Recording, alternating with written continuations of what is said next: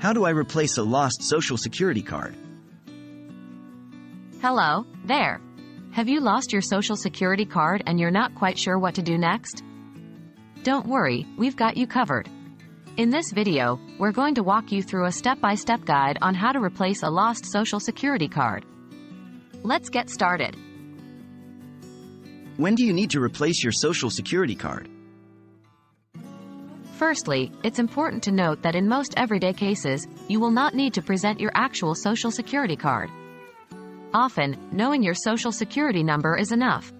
But there are instances, like obtaining a new job, opening a new bank account, or applying for government benefits, where you may need a replacement card. Can you apply for a replacement online? Yes, indeed.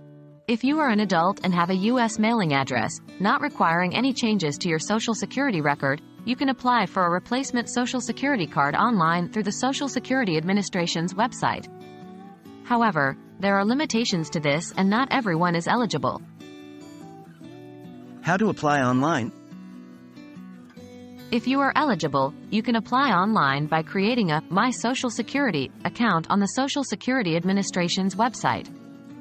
After you've logged in, you can select the Replacement Documents tab and then select Request a Replacement Card. Fill out the application and submit it online. What if you can't apply online? If you can't apply online, you'll need to show or mail certain documents to Social Security. The documents depend on your citizenship, age, and the type of card. Generally, you'll need to provide proof of identity and proof of U.S. citizenship or lawful non-citizen status. What documents do you need? For proof of identity, a driver's license or a state-issued non-driver identification card will suffice.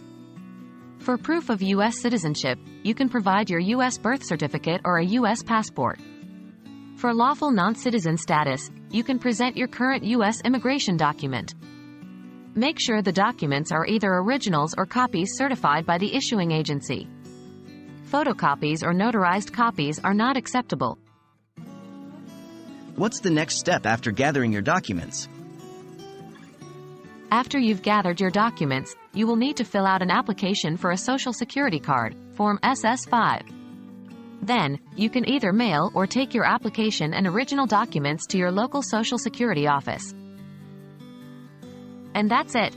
Remember to safeguard your Social Security card once you receive it. Store it in a safe place, and don't carry it with you daily to minimize the risk of losing it. If you have any questions, don't hesitate to contact the Social Security Administration. We hope this video has been helpful. Stay safe and take care.